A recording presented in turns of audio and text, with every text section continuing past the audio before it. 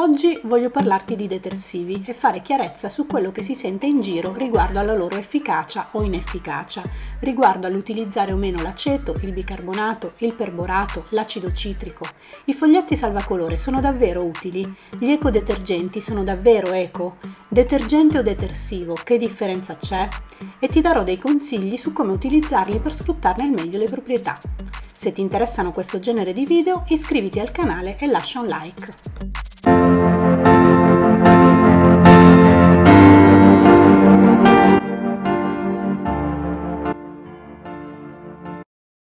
Prima cosa, che differenza c'è tra detergente e detersivo?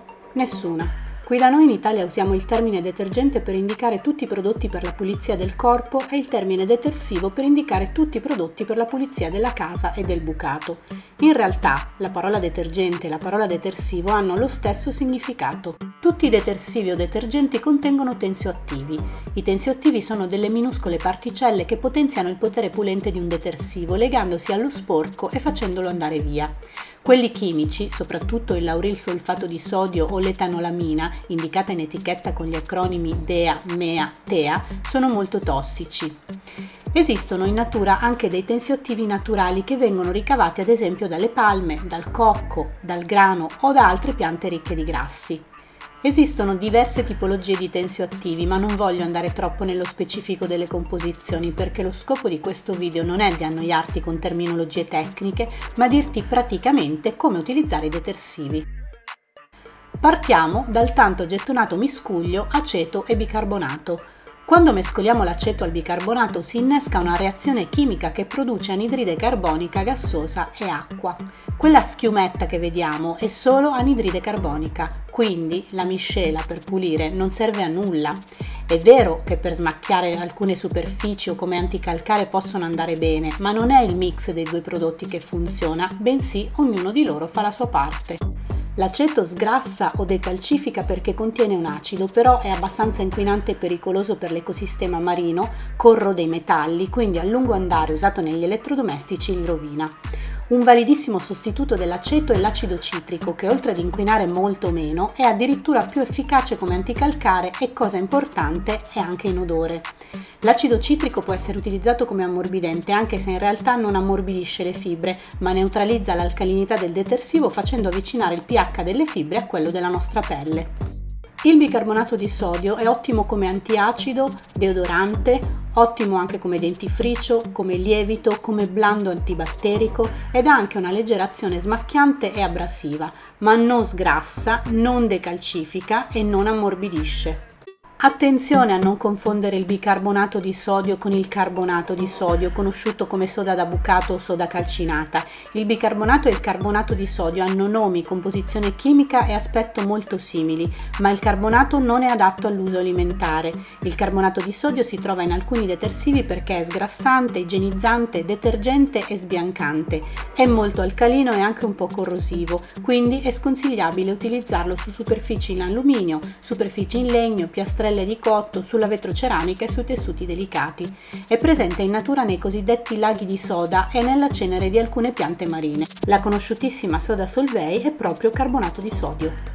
Esistono altri due tipi di soda, la soda caustica che è idrossido di sodio altamente corrosiva e infatti viene utilizzata per sturare i tubi intasati, è usata anche nella fabbricazione del sapone di Marsiglia e nella produzione del cotone per rendere il filato migliore. La soda caustica viene utilizzata anche nell'industria alimentare per la demineralizzazione dell'acqua. Le ricerche riguardo alla sua tossicità per un uso continuativo sono contrastanti, quindi io evito i prodotti che la contengono. Esiste anche la soda water che è la comune acqua gassata. Con l'aggiunta di carbonato di sodio viene impiegata per diluire alcuni superalcolici o come digestivo.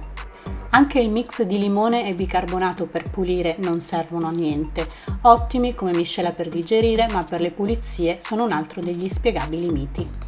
Parliamo adesso del perborato di sodio, conosciuto anche come borace veneziano. È uno sbiancante molto tossico ed irritante. Per fortuna i produttori più attenti alla salute e all'ambiente lo hanno sostituito con il percarbonato di sodio, anch'esso sbiancante ma molto meno inquinante perché svolge la sua azione tramite la produzione di ossigeno attivo. Il percarbonato è un valido sostituto della candeggina.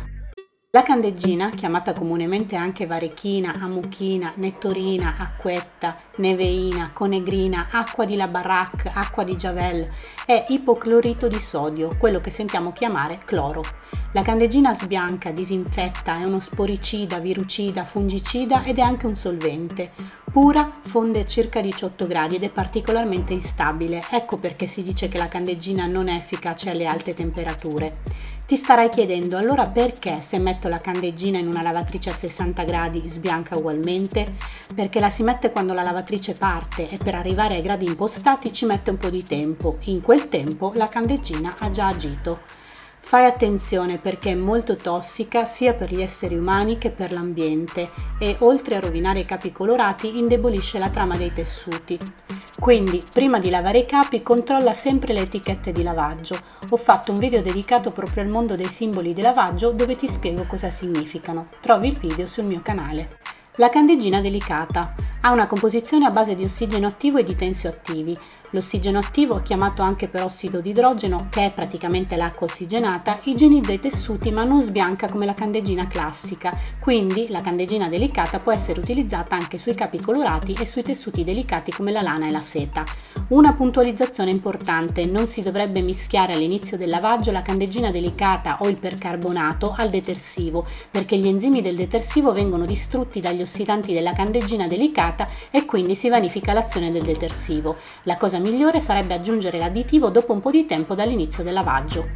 I foglietti salvacolore sono famosissimi, super pubblicizzati. La loro formula esatta è segreta perché il marchio è registrato da un'azienda irlandese che li ha lanciati sul mercato nel 1995. Sappiamo che agiscono catturando i residui di tintura che il bucato rilascia quando viene lavato.